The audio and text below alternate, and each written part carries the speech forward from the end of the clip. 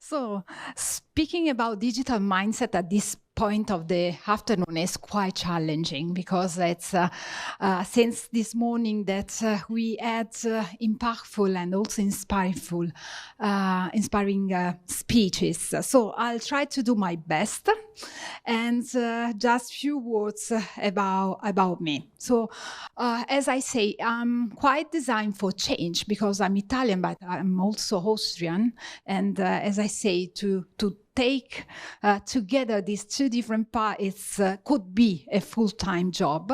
Then I decided also to do something else. I spent 20 years in corporate as with progressing responsibility, becoming the vice president for communication, digital marketing, and innovative models and policy in recycling and recovery of materials first, and then in the energy sector. Since some years, I'm a startupper. I became a startupper with Smartive. And Smartive, it's so we have a purpose that is enabling people to have a positive impact on their organization. Of course, supporting the digital transformation. So what it means? It means that we look at the organization as systems, and everybody can contribute to change that system, to address that system in order to deliver value. In order to take part to the progress that we can produce using properly technology and digital. So we spoke a lot about digital transformation. Sometimes we call it digitalization, sometimes digital transformation, sometimes we mean about the business, the change in business models, sometimes in technology. Now I would like to focus on the people transformation. So of course, these are everybody thinks that the organization on which operates is something apart. But basically, all the organizations are composed by human beings. And the questions are quite the same. So, do we have all the skill we need in order to foster something new to the market?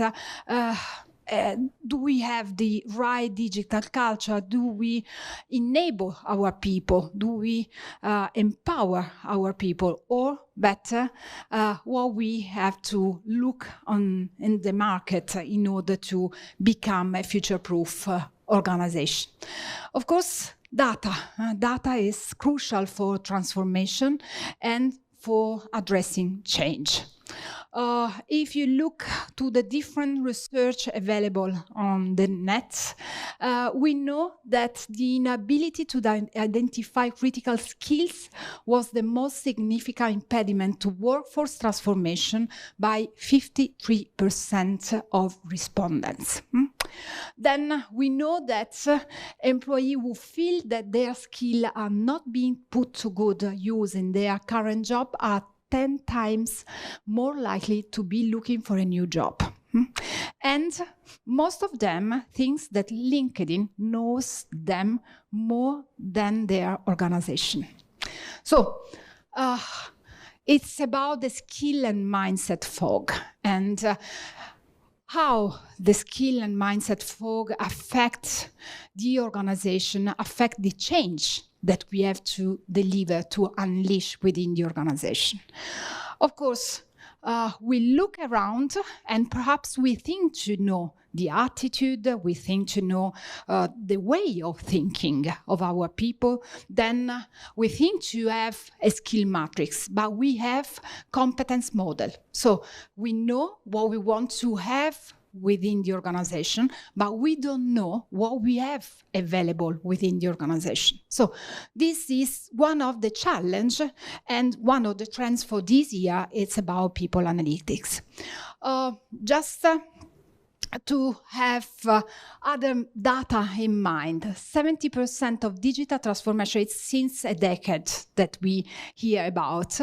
So 70% of digital transformation initiative fails because we think that is about technology adoption. And we, in some way, we don't take into account what means for everybody within the organization adopt or thinking a new way of working, different from what we did in the last 10, 15, 20 years. And also for the digital natives, because from one part we have the experience, so what we did before, but for the digital natives, they enter into the market in a continuous change market. So just to understand how we can become a future-proof organization. For us in Smartive, it's a way to combine two different dimensions. The digital competencies, so about skills, but that skills have to be combined with the openness to change and the growth mindset. So there is no change possible, so no change useful for a useful digital transformation without caring about the mindset of people. And we know that if we match these two different dimensions, we can obtain 5 different profiles. So the fog tends to become lighter. We know we have the embracer, the believer. We know we have the allies. What does it mean? It means that we have people that have the competence, but also the mindset. Andrea this morning started this stream speaking about the T-shape people. So people who have already the right skill set, but also the mindset that see in mistake and continuous change a challenge, a way to grow and to let grow the organization. Then we have the allies, the major part of our organization. It means that we have people with a positive attitude to change, but without or poor skill set in terms of digital. Then on this part of the screen, we have the resistors and we have the skeptics. So with these 5 profiles, we can start the journey.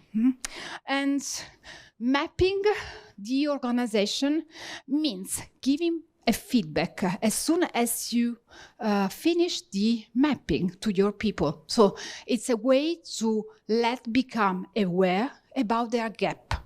What you have to do after the mapping is just giving through a feedback, through an individual report, and then we can also provide replies to the need of people. And of course, you can identify the potential digital champions or ambassador, if you prefer. Then you can also try to understand how to address the training needs through an academy, bootcamp, masterclass, e-learning, what kind of e-learning, micro-learning, what we can choose among the different options available. Then we can also, of course, if you measure, then you can implement and track it.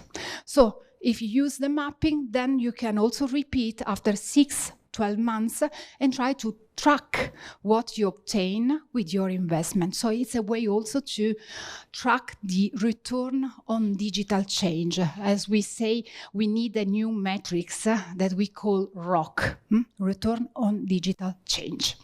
And then also building a dynamic skill matrix.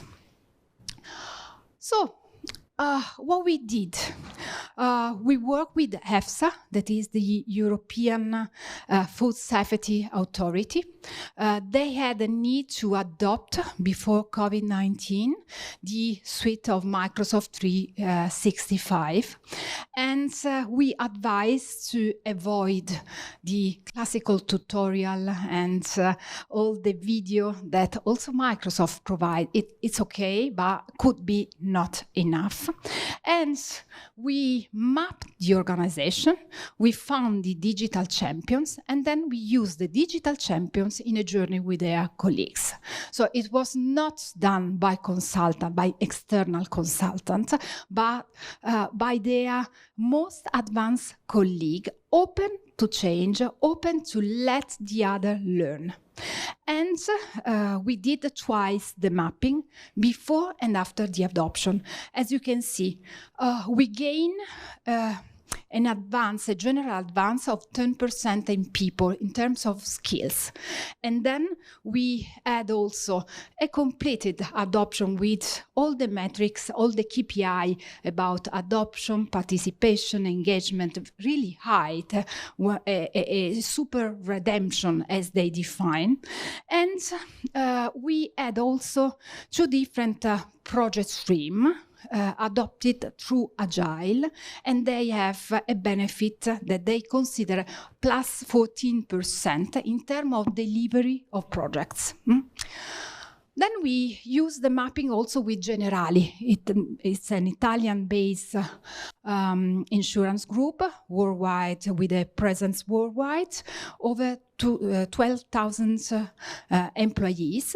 In this case, we use the map in order to try to understand which could be the strategic skills that the organization needed, and to identify also the next high potential. And through this mapping, we structure a journey in order to let this hypo gain a visibility through a program of corporate hackathon with their leaderships. So it was not just a program, a learning one, but it was a program through which the high potential could deliver their contribution to innovation, to the innovation of products. As you can see, we rank 120 people as new high potential within the organization. The last case is about Volkswagen Financial Services. We involve about 430 people in Italy. So I'm speaking just about the Italian office in Milano and Verona. We deliver a cultural digital transformation journey, lasted 12 months, and there were different milestones, but what was really interesting was about the bottom-up effect. So we had the different challenges, and of course, they were sponsored from the leadership, and they were in line with the strategic guidelines of the organization.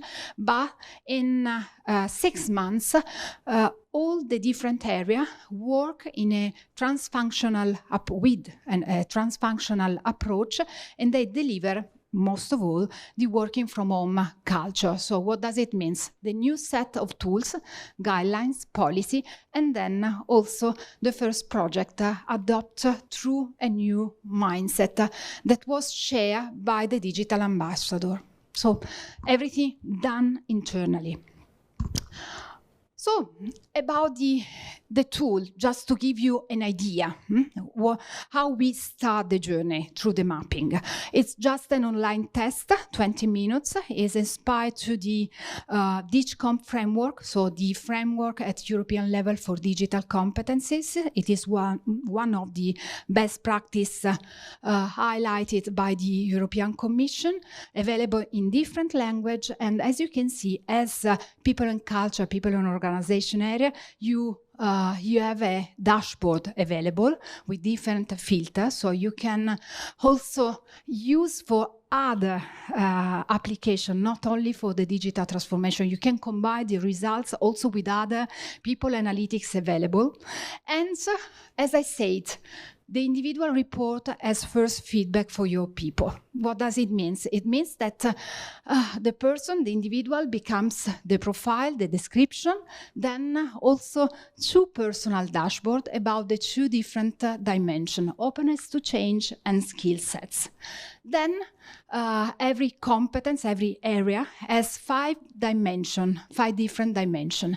And you can see how smart, how strong are your culture of data, or for instance, in this case, it's a marketing profile, so social and digital in marketing, strategy and new paradigm, trends and new business paradigm, smart company.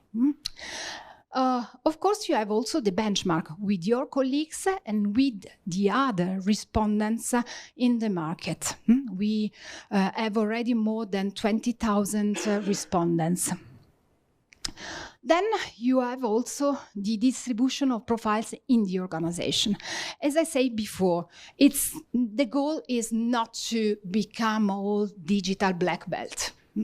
The goal is to push ahead the organization, the Smartive index of the organization. That means that you need to help to reach the smartiveness area, so the area where you have a good balance of openness to change and skill, just because in that area you enable people to be a proactive part of the change and transformation. So, about the tracking the change with the Smartive index I mentioned before, as you can see, as soon as you map the organization, you'll become the cluster, and then you can plan the change according to the different cluster.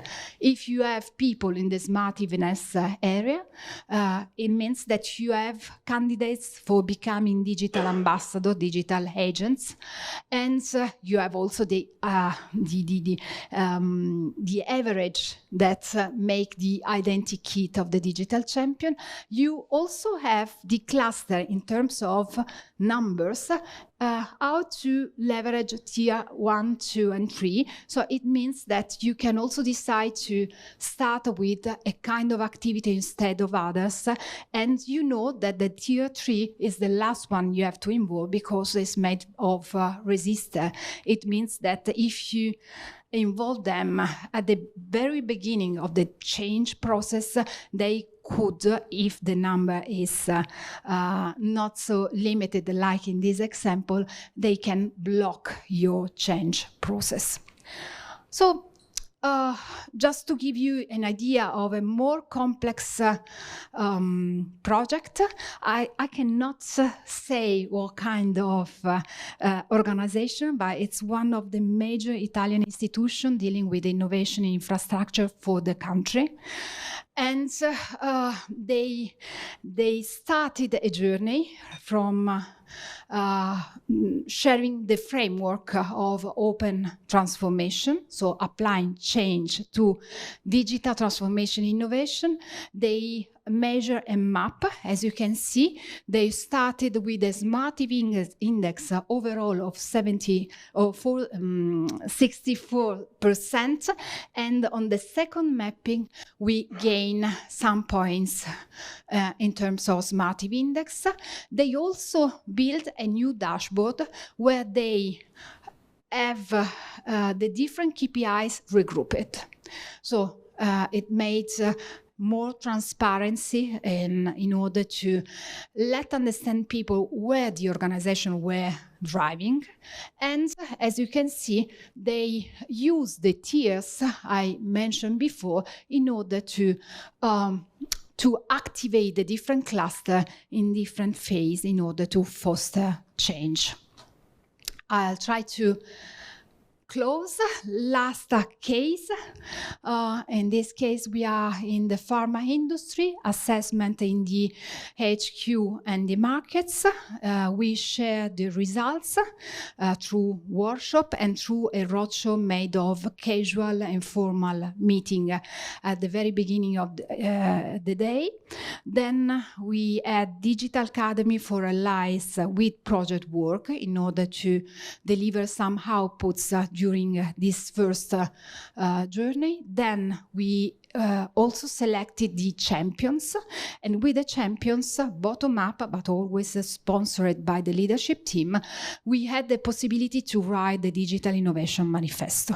They adopt the manifesto, they became ambassador of the manifesto, and also leader of 8 different projects dealing with innovation within the organization, not only for the products, but also tackling the internal processes. As you can see, we had also the opportunity to identify the profiles in order to ignite a reverse mentoring, helping the leadership team and also the more skeptic just to align the value and the culture fit. And then we launch a new micro-learning experience. So we revise also the tool they used. The advantage of a data-driven approach in our perspective: precision, focus, and the focus is one of the main advantages we care about, because we focus on people's specific needs, both skill gaps and mindset, using different experiential and learning formats. It's about saving, because we are speaking about organizations that have a goal linked to profitability and productivity, and then we also offer the advantage of optimize and combine the Smartive map and the approach overall with other people analytics in order to have a more complete sight on our people in the organization. So this is what is our experience. I'm a data lover, as I'm used to say, and I believe that data-driven and insights lead mindset for people-related decision making. And in this bunny world, as we are now calling the framework in which we move, we need to be precise, be agile with the decision making, just to meet the need of the market and not only of our people, but starting from our people. So for us, the future-proof organizations are agile and data-centric, but most of all are people-centric. Thank you very much.